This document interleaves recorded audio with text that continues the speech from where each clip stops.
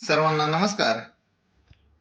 महाराष्ट्र शासनाच्या ग्रामविकास विभागाचे दिनांक 19 जानेवारी 2026 म्हणजेच आजचं हे पत्र असून या परिपत्रकाचा विषय आहे जिल्हा परिषद शिक्षकांची ऑनलाईन जिल्हा अंतर्गत व आंतरजिल्हा बदली प्रक्रिया सन 2026 बाबत.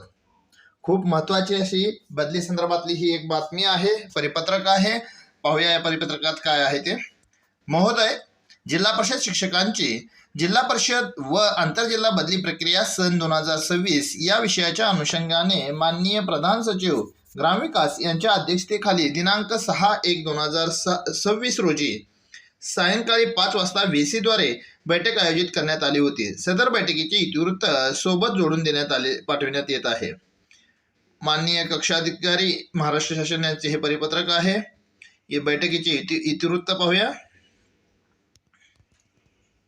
विषय: माननीय प्रधान सचिव ग्रामविकास यांच्या अध्यक्षतेखाली दिनांक 6/1/2023 रोजी जिल्हा परिषद शिक्षकांच्या जिल्हांतर्गत व आंतरजिल्हा बदली 2026 बाबत उपरोक्त VC द्वारे आयोजित बैठकीस खालील पदाधिकारी अधिकारी उपस्थित होते.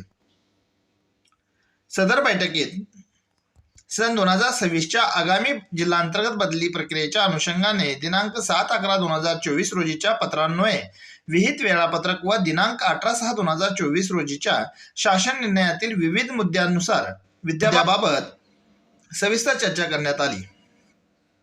झालेल्या चर्चेनुसार प्रधान सचिव ग्रामविकास यांच्याकडून पुढील प्रमाणे निर्देश देण्यात आले. अनुक्रमांक: विषय: बैठकीतील निर्देश आणि अंमलबजावणी यंत्रणा.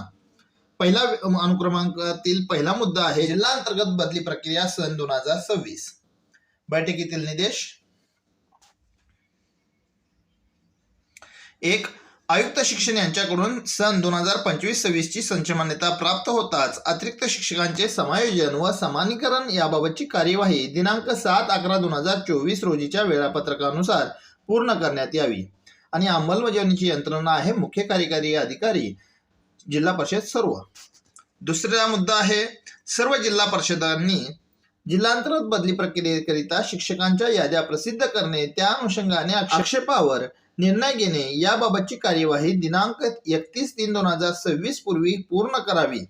यामध्ये विशेष संवर्ग भाग 1 व 2 मध्ये अर्ज केलेल्या शिक्षकांच्या अर्जाची छाननी, याद्या प्रसिद्ध करणे, त्यावरील आक्षेप व अपील यांचा समावेश आहे. आणि यंत्रणा आहे मुख्य कार्यकारी अधिकारी जिल्हा परिषद सर्व.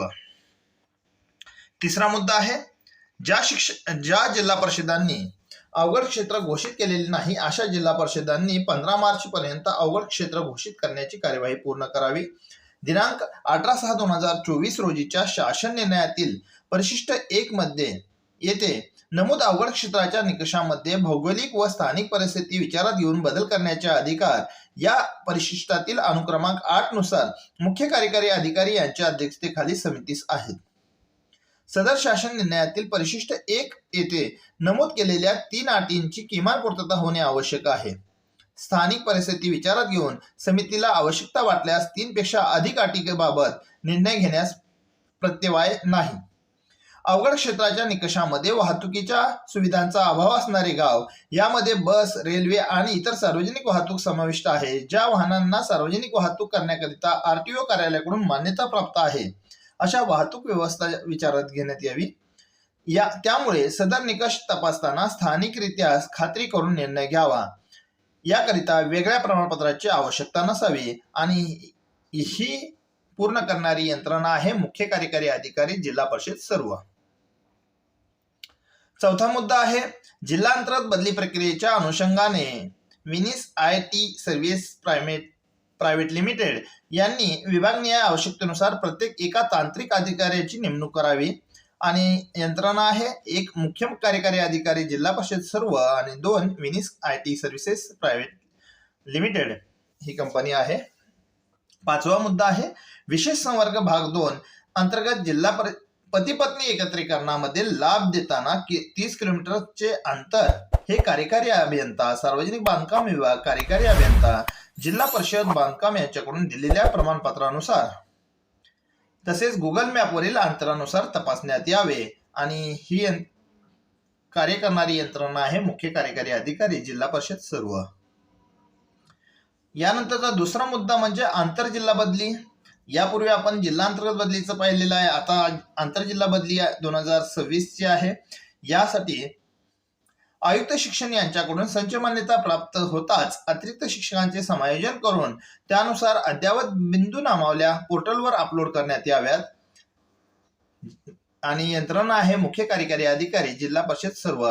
मित्रांनो, यातनं आपल्याला जिल्हांतर्गत बदली आणि आंतरजिल्हा बदली या दोन्ही बदल्यांच्या बाबत स्पष्ट निर्देश दिसत आहेत. 2 नंबर पुढे या खाली आहे.